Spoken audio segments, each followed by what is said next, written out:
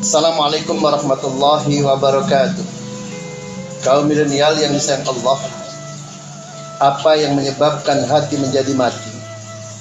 Syekh Ibrahim Adam mengatakan matat qulubukum min asyrati asya'a, 10 perkara yang menjadikan hati kalian menjadi mati. Yang pertama, araftumullah wa lam tu'addu haqqahu. Kalian mengenal Allah, akan tetapi kalian tidak menjalankan yang menjadi hak Allah. Yang kedua, qara'tumul Qur'ana wa lam ta'malu bih. Kalian membaca Al-Quran, akan tetapi kalian tidak mengamalkan isi-isi Al-Quran yang kalian baca.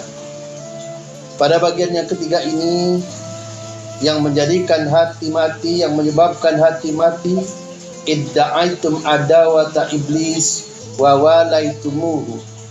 Kalian menyatakan bahwa iblis itu musuh kalian, akan tetapi kalian mengikuti ajakannya.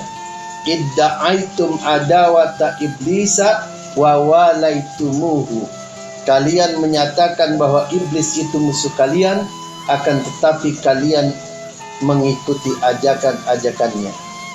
Berkaitan dengan ajakan-ajakan iblis, ajakan-ajakan setan, Syekh Wahid Abdul Salam Bali di dalam kitabnya Wiqayatul Insan Minal Jinni Wasyaitan, cara-cara setan, cara-cara iblis menyesatkan manusia. Yang pertama, menghiasi kebatilan sehingga tampak indah. Menghiasi kebatilan sehingga tampak indah. Dukun supaya indah disebut paranormal. Dukun supaya indah disebut orang pinter. Sehingga ketika orang datang ke dukun tidak merasa datang ke dukun, tetapi datang ke paranormal, datang ke orang pinter, sehingga dirinya tidak merasa berdatang, tidak merasa datang kepada dukun. Yang kedua, kata Syekh Wahid Abdul Salam Bali, cara setan menyesatkan manusia adalah menamakan maksiat dengan yang dicintai. Menamakan maksiat dengan yang dicintai. Judi disebut sebagai SDSB, sumbangan sosial berhadiah.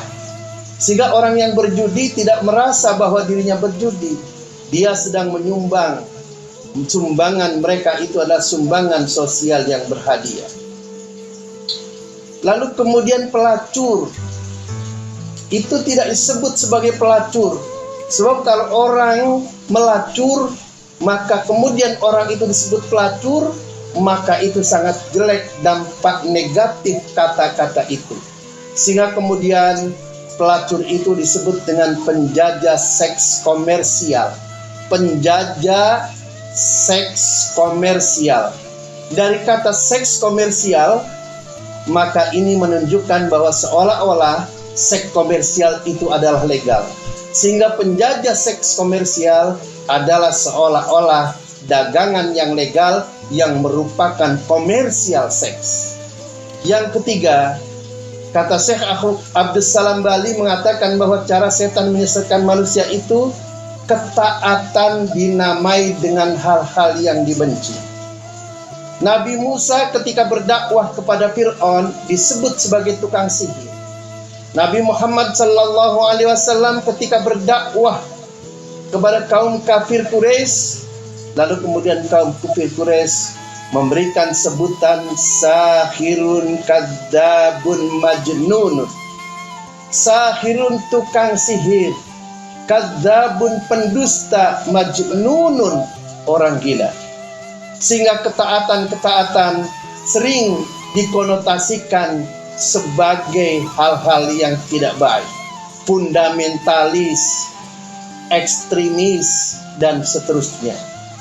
Dan kadang orang-orang yang melakukan maksiat seperti selingkuh itu adalah hal yang tidak baik dan merupakan kemaksiatan, akan tetapi kemudian diterjemahkan dengan selingan indah.